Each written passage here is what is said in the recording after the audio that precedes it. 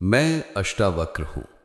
लोग मेरे नाम से पहले हंसते थे, कहते थे देखो ये बालक कैसा टेढ़ा है, 8 स्थानों पर वक्र है इसका शरीर।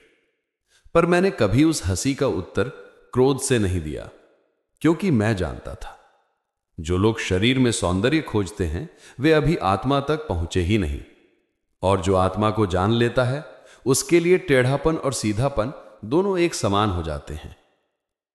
मेरा जन्म कहोल ऋषि और सुजाता के घर हुआ था। कहोल ऋषि वेदों के ज्ञाता थी, एक गंभीर और अनुशासित साधक। माता सुजाता कोमल स्वभाव की थीं और मेरे गर्भ में रहते ही मुझसे गहरा संवाद करने लगी थीं। मैं सुनता था, पिता वेदों का उच्चारण करते हैं और माता ध्यानपूर्वक सुनती हैं। एक दिन पिता जब सामवेद का पाठ कर रहे थे तो उनकी ध्वनि में थोड़ी अशुद्धि मुझे सुनाई दी। गर्भ में रहते हुए भी मैं मौन न रह सका। मैंने कहा, पिताश्री, ये उच्चारण अशुद्ध है। वेद की ध्वनि तो शुद्ध होनी चाहिए, जैसे बहती धारा। पिता क्रोधित हो उठे। गर्वित थे क्योंकि शास्त्रज्ञ थे और यह सहन नहीं हुआ कि कोई गर्भस्थ बालक उन्हें सुधार दे। उन्होंने कहा, जब तू गर्भ में रहते हुए अपने पिता का अपमान करता है तो जा, तेरे 8 अंग वक्र हो जाएं। उस क्षण मुझे शाप मिला और मेरा शरीर 8 स्थानों पर टेढ़ा हो गया। पर मैं भीतर मुस्कुराया, क्योंकि मैंने जाना सत्य बोलने की कीमत शरीर की विकृति भी हो सकती है, पर जो सत्य है वो कभी विकृत नहीं होता। समय बीता, मैं जन्मा और जैसा कहा गया था मेरा शरीर 8 स्थानों पर वक्र था। गांव के लोग मुझे देखकर मुस्कुराते, बच्चे मुझे चिढ़ाते, पर मेरी माता सुजाता हमेशा कहती, बेटा तेरी वाणी सीधी है, तेरी आत्मा सीधी है। तू देख, एक दिन यही टेढ़ापन इस जगत को सीधा दिखाएगा। मैं बचपन से ही मौन और जिज्ञासु था। वेद, उपनिषद, जीवन, मृत्यु सब मेरे लिए केवल शब्द नहीं थे, बल्कि अनुभव का क्षेत्र थे। एक दिन मुझे पता चला, मेरे पिता कहोल ऋषि को राजा जनक के दरबार में हराया गया था। हराने वाला था वंदिन, एक अहंकारी विद्वान जो तर्क में निपुण था। राजा जनक के दरबार में नियम था, जो शास्त्रार्थ में हार जाए उसे जल में डुबो दिया जाए। मेरे पिता उसी जल में समा गए थे और तब मेरे भीतर की चेतना गरज उठी, मैं पिता का सम्मान लौटाऊंगा, पर उससे भी अधिक मैं सत्य की प्रतिष्ठा करूंगा। मैं 12 वर्ष का था। बाल्य था, पर भीतर की आग प्राचीन थी। एक दिन मैं अपनी माता से बोला, मां, मुझे मिथिला जाना है राजा जनक के दरबार में। मां ने आश्चर्य से पूछा, बेटा तू वहां जाकर क्या करेगा? मैंने उत्तर दिया, जहां अन्याय हुआ है वहां मौन रहना भी पाप है, और जहां सत्य हारा हो वहां शरीर की विकृति मायने नहीं रखती। माता की आंखों में आंसू थे, पर उनमें गर्व भी था। उन्होंने कहा, जा बेटा, सत्य की रक्षा कर, लेकिन स्मरण रखना, जो सत्य बोलता है उसे संसार पहले अस्वीकार करता है। मैं मिथिला पहुंचा। राजा जनक के दरबार का वैभव अद्भुत था। सैकड़ों ऋषि, मुनि, पंडित, विद्वान बैठे थे। राजा स्वयं धर्म और ज्ञान के खोजी थे, इसलिए उनका दरबार केवल सत्ता का नहीं, साधना का केंद्र था। मैंने दरबार में प्रवेश किया। लोगों ने देखा एक विकृत बालक, डगमगाता हुआ, पर आंखों में ज्वाला और चेहरे पर शांति। सारी सभा में हंसी की लहर दौड़ गई। राजा जनक ने कहा, बालक तू कौन है? मैंने कहा, मैं अष्टावक्र हूं, कहोल ऋषि का पुत्र। सभा में फिर हंसी गूंजी। मैं शांत रहा। फिर बोला, राजन ये कैसी सभा है? यहां ज्ञान का व्यापार होता है या शरीर का? जनक ने पूछा, क्या तुझे अपमान नहीं हुआ कि लोग तेरे शरीर पर हंसे? मैं मुस्कुराया, राजन, जो स्वयं को शरीर मानता है वही अपमानित होता है। मैं तो आत्मा हूं, अपमान और सम्मान दोनों मेरे बाहर हैं। सारी सभा मौन हो गई। जनक ने उसी क्षण मुझे शास्त्रार्थ के लिए आमंत्रित किया। वंदिन सामने था, ऊंचे ज्ञान, गूढ़ तर्क और गर्व से भरा हुआ।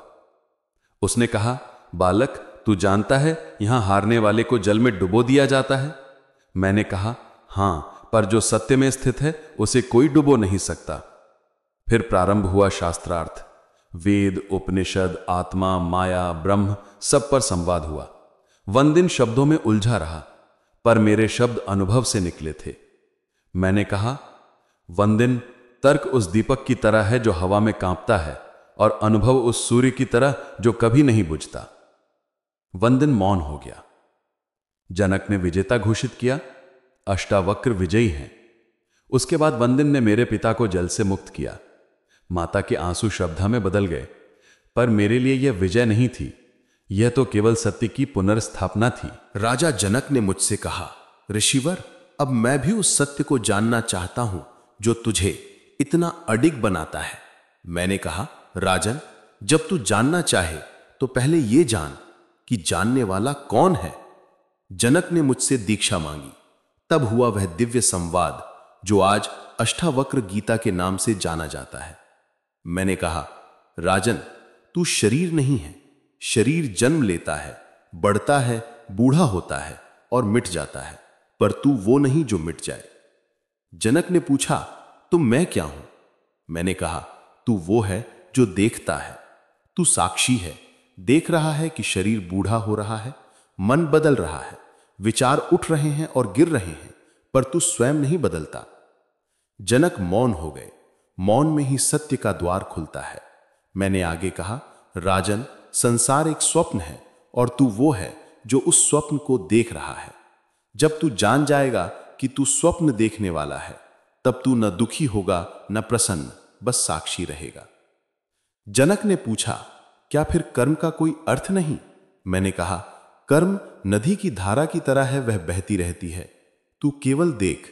जब तक तू बहाव से एकाकार है, तू बंधा है। जब तू देखने वाला बन गया, तू मुक्त है। जनक की आंखों से आंसू बहने लगे। वे बोले, ऋषिवर, आज मैं जनक नहीं, केवल साक्षी हूं। मैंने कहा, यही ज्ञान है, यही मोक्ष है। उस दिन मिथिला का आकाश शांत था। राजा जनक ध्यान में डूबे थे और पूरी सभा मौन थी। किसी ने पूछा, ऋषिवर, आपने जनक को क्या दिया? मैंने मुस्कुराकर कहा, मैंने कुछ नहीं दिया, केवल वह भ्रम हटा दिया जो उन्हें स्वयं से अलग कर रहा था। वर्षों बाद जब मैं एकांत में बैठा तो विचार आया, कितना विचित्र है संसार। जो शरीर देखता है उसे टेढ़ा कहता है, और जो आत्मा देखता है वह पूर्णता कहता है। मेरा शरीर वक्र था, पर मेरी चेतना सीधी थी, और यही सबसे बड़ा सौंदर्य है, आत्मा का सौंदर्य। लोग मुझसे पूछते थे, ऋषिवर, क्या आपको कभी दुख नहीं होता? मैं कहता था, दुख तब होता है जब कोई अपने को बदलते हुए रूपों में बांध लेता है। मैं तो वो हूं जो देखता है बदलते हुए रूपों का नाटक। अष्टावक्र गीता में मैंने कहा था, यदि तू स्वयं को शरीर मानता है, तू दास है। यदि तू स्वयं को आत्मा जानता है, तू मुक्त है। यह एक वाक्य ही जीवन का सार है, क्योंकि जब तक तू ये नहीं जानता कि मैं कौन हूं, तब तक संसार की सारी विद्या, सारा वैभव सिर्फ एक खेल है।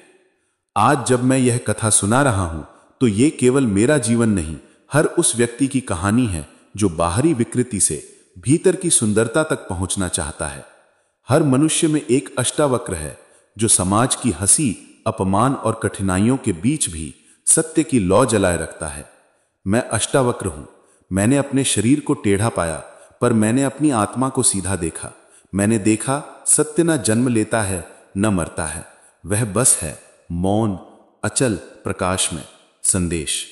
जो अपने भीतर की साक्षी को जान लेता है वही अष्टावक्र बन जाता है।